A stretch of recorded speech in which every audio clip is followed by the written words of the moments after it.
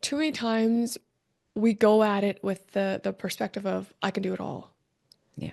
And we don't assess the risk that is to us, to our health, to our family, to our day job if we have one, like to all those other factors that it can really impede if you go too far on one side of it and it takes you out. Financial independence, freedom, financial picture, independent financially, financial future, financial freedom and wealth, financial independence. Get your fill, financial independence and long life. Hello and welcome to another episode of Get Your Fill. Jessilyn Persson is with us today. She is a dynamic podcast host, speaker, author, and coach who is committed to helping women and couples build their wealth through real estate investing.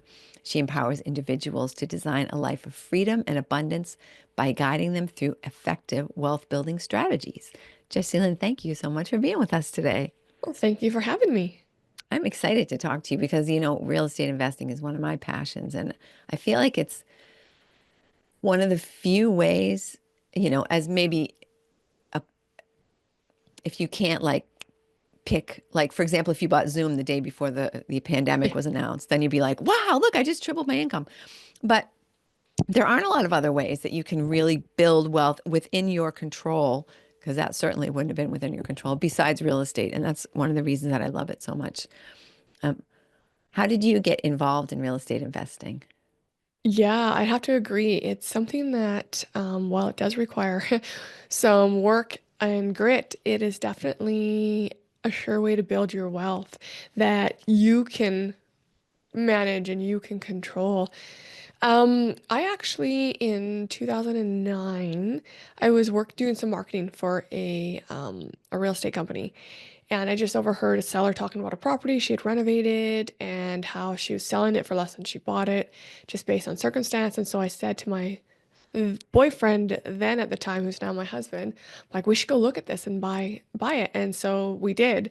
And after we got the keys to our first, I'm gonna say my first rental property, I was just like, this is it. This is the money. This is what I want.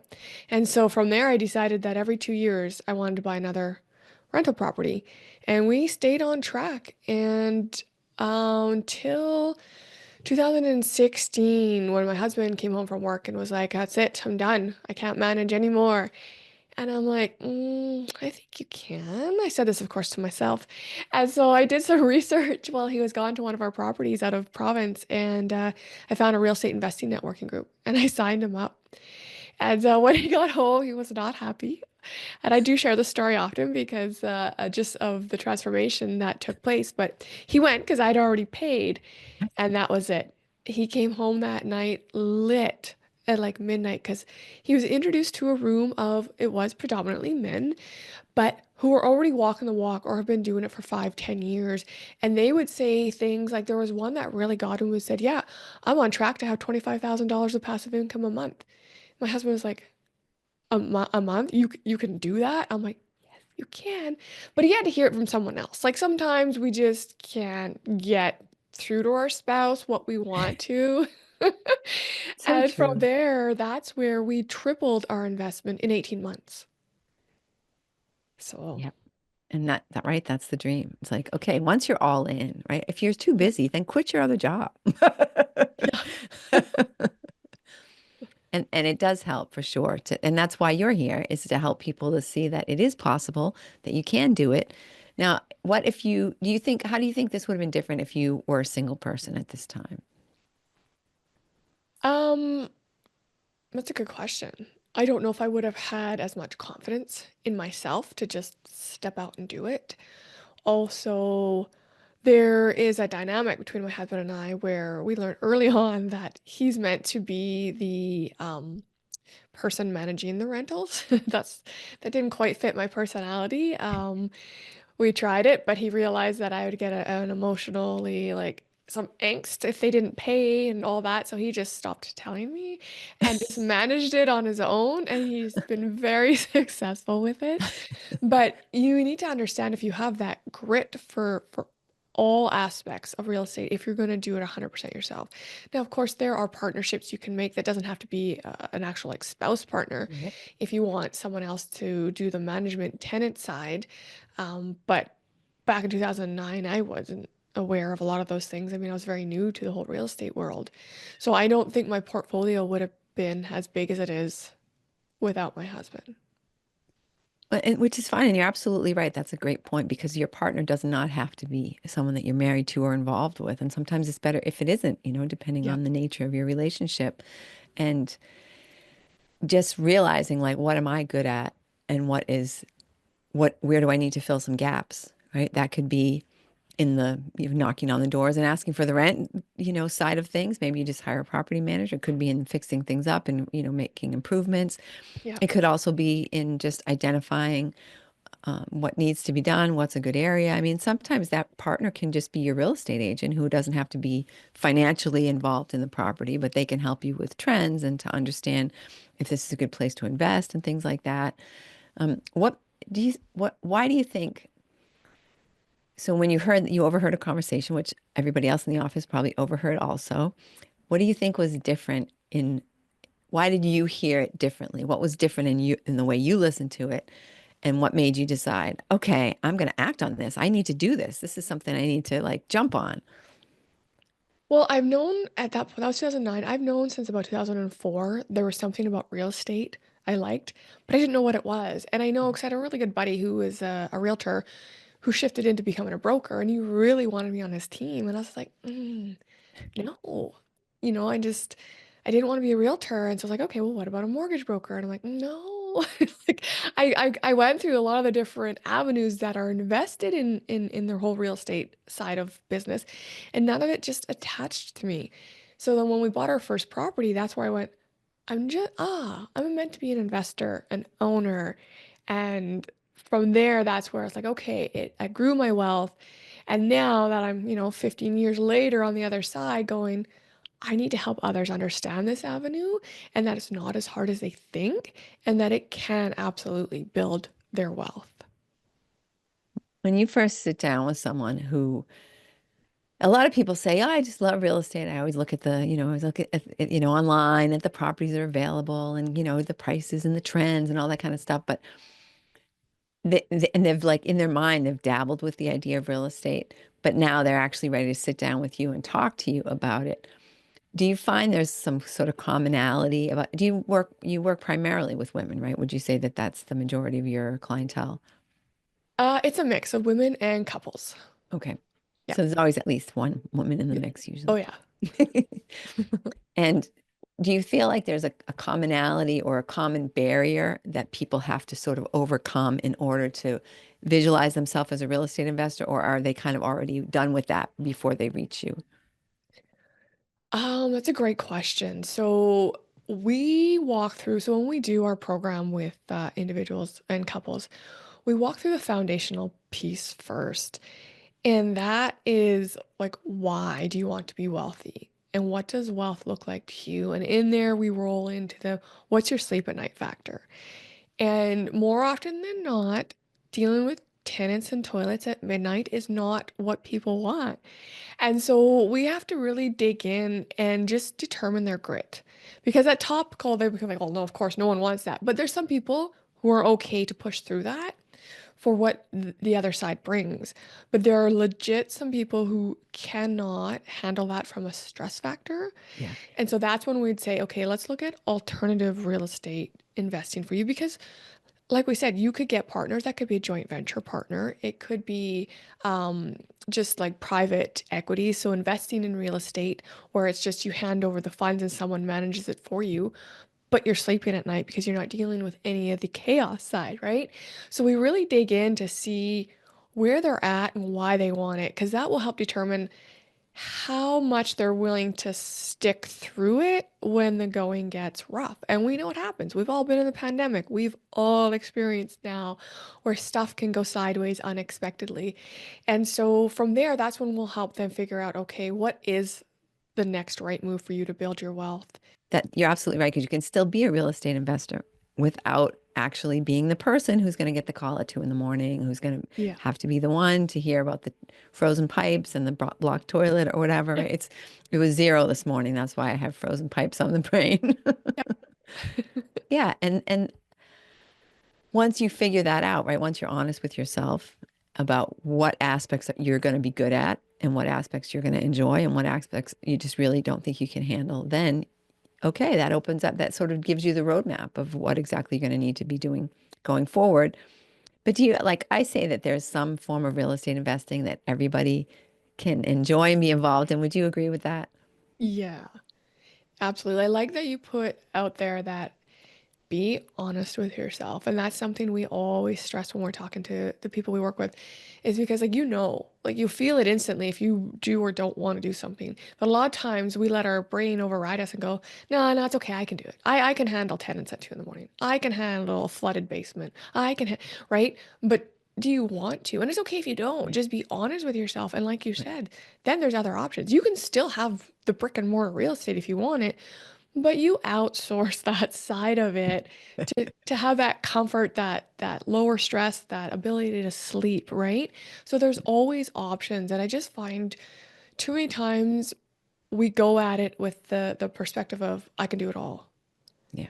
And we don't assess the risk that is to us, to our health, to our family, to our day job if we have one, like to all those other factors that it can really impede if you go too far on one side of it and it takes you out. I love what you said earlier about why do you want to be wealthy, right? What is it about what does it mean to you to be wealthy, and what is it that you want to get out of it, right? And if it's to travel and do all these crazy things, you're not going to want to be tied to the 2 in the morning phone call, right? So you get that right out up front. Exactly. And wealth is different to everyone. That's something else we stress there. Like you said, yeah, maybe you want to take your family, you want to travel a lot. That's a valid point where I'm not convinced brick and mortar is your choice. Like you might want the assets that someone else is managing. But wealth could look like, and we get them to explore that because wealth might be leaving a legacy for your kiddos, or it might be in 10 years going part-time because you're taking care of your parents and your kids, right? So it is different for everyone, and we encourage people to explore that. So then when they are investing in real estate, they know, is it cash flow I need today? Is it just the long term I need later? Like it's not really for today and I'm okay sitting on it. Is it active? Like, can I spend 1, 3, 6 hours a day, depending on what you have Yeah. in this? Or do I have to be passive? And when you're real honest with that, it's a lot more comfortable of an investment, whatever you choose, when you Yeah. go forward with it. Absolutely.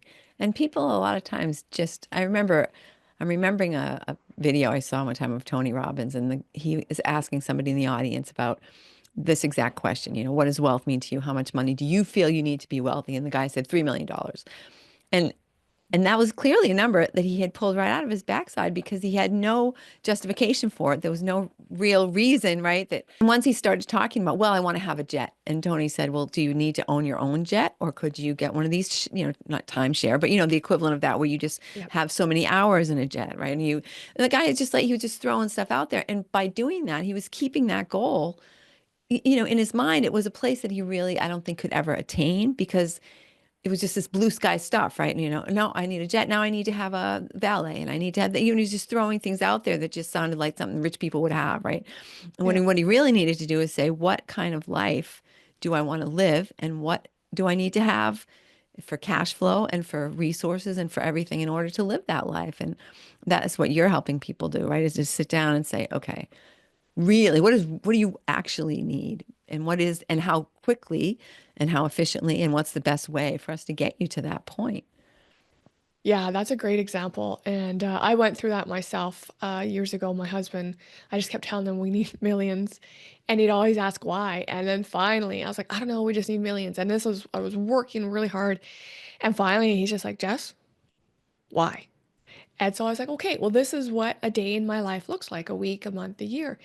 And so he took that away and came back, I think it was like 2 days later. And he goes, just so you know, here's what you need to make a month to live the lifestyle that you want. And I was like, really?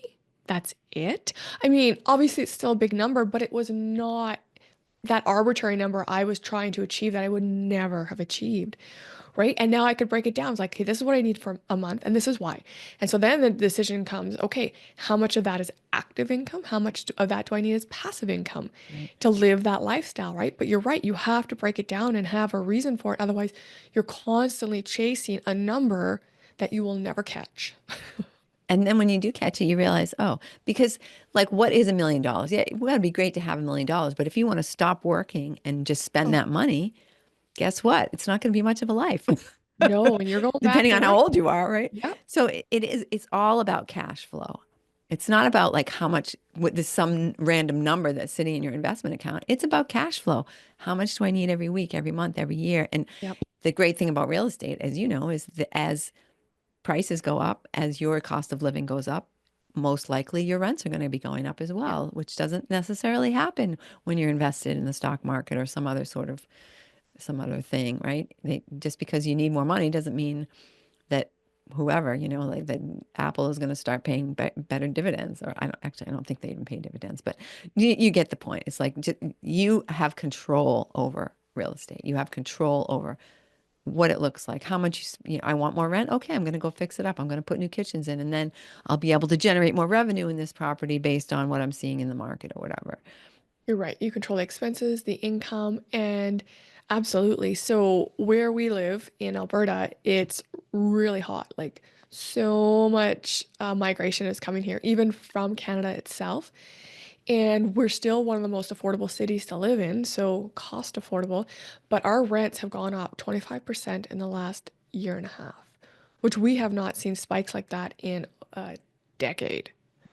So yeah, it was a slow haul for the first bit, but now we're seeing rents go up incredibly high, and the demand's there because there's more people than there is places to live. Which is the perfect situation for you as a property owner, right? You say, oh, Yes. we've got more demand. That means we can go up on the rents. Whenever people want to renew, say, sure, if you want to stay, then. And Yep. it, but what do you think? How do you, have you, in your experience, you probably haven't had a downturn in the rental market since you've been investing. Have you, in your area, had that? I wouldn't say as much in the rental market, but absolutely in the properties. Yeah. So we have bought some properties. Again, when you're brand new and you're starting out, you don't necessarily pick the best properties or locations. That's something we learned a little bit the hard way. And one of the properties we bought, we sold for a lot less than we bought. And it's okay. It was part of our plan is we wanted out of the condo market because we had no control over condo fees and special assessments. And while we still took a hit on selling it, overall we made 6%. Like we didn't lose money because of the mortgage pay down, the cash flow Right. we did have at the time, Right. right? So there are things like that that can happen, but it was a smart move because it was starting to cost us money. The condo fees were higher than the mortgage. And so at Oh my that point, we're goodness. like, it's time to let this one go Yeah. and just look at buying the properties that we know actually work for our portfolio. And it's wonderful that you just accepted that learning experience. Right? I know that some people have, the first thing they do is a little bit of a mistake. And so they just say, oh man, I'm just not cut out for this, right? I didn't make a good decision, and that means I'm not cut out. I wasn't born to be a real estate investor. Oh no, we make mistakes like not as much now, but we're 15 years in, right? But in the beginning, oh yeah. Everything from where we bought, like it wasn't exactly an ideal location, to letting tenants in without proper paperwork, to not giving notice in time for people who decide not to pay. Like there's all kinds of hard lessons Yeah. that we learned. I mean, which is what we help others when they invest in, ideally avoid. But we never once looked at it as like, oh, this is not a game we should be in. This was Yeah. a this is a game we need to really understand, play by the rules, and get it to work for us. And I feel like that's the difference between somebody who's going to be successful in any endeavor and somebody who's just going to keep going you know, from flower to flower, and just like, oh, Yeah. somebody's making money over here. I'm going to try this. Somebody's making money over here. I'm going to try that, right? If you just stick with it, persistence, and now I'm just going to write this down. Okay, so I won't do that again, right? Yeah, and it is. I like that you said persistence because it is. Uh, there's no get rich quick schemes, right? And you do see so many people who hop like, oh, this is the next up and coming thing, or this is the next up and coming location, or this. And it's like, if you continually hop, you're never invested long enough to see the returns you can get. Exactly. Would you say, so as we're talking about that, it sort of makes me think about like things that are there like lessons that you really want to make sure every time you talk to somebody, they're like, I want to make sure they understand this thing that took me, a year to learn or something like that? Or there's some sort of almost like a Bible or a little list of, must-haves or to-dos or whatever, so that people have a good foundation when they're getting started. Yeah, absolutely. I think if you're going into, it doesn't matter if it's real estate or any endeavor for wealth, um, you need to choose wealth. And I say this is more predominantly for women and that we deserve it. There is an abundance out there. And if you're going in with that mindset, you will be a lot more abundant in your endeavors than if you're thinking of the poverty mentality. And I say that from the perspective of like, I find many realtor or real estate investors we've run into have had no cash flow, or they didn't want to charge more rent because they assumed their renters couldn't afford it, or they didn't want to go through the hassle of switching out renters. And it's like, this is a business, and you need to treat it as a business and not be making emotional decisions because that will hurt your business, right? So go in like this is a business, even if it's your first property, you own it personally, it doesn't matter. It's a business and you need to treat it that way. Otherwise, it's going to affect your wealth, however that looks, whether it's the debt you're incurring to buy it, whether it's having to fix it up because you let in the wrong tenant, having to make for arrears because they decided just to not pay, whatever that looks like, treat it as a business and know there's going to be tax. Don't frown on that. If you're paying tax, it means you're making money. Good for you. Have proper insurance in place because things will go sideways.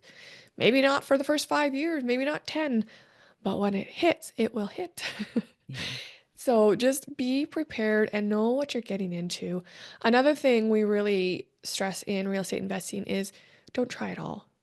Like, don't, I'm going to do commercial, I'm going to do residential, I'm going to do short term as well as long terms and flips. No, no, you gotta learn one and get it under your belt and really understand and master it.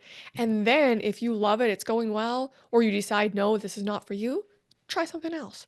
But don't try multiple at once because you're just going to be too diverted, too just kind of segmented, and you won't give your focus and your energy to any one to really get the return you can in one.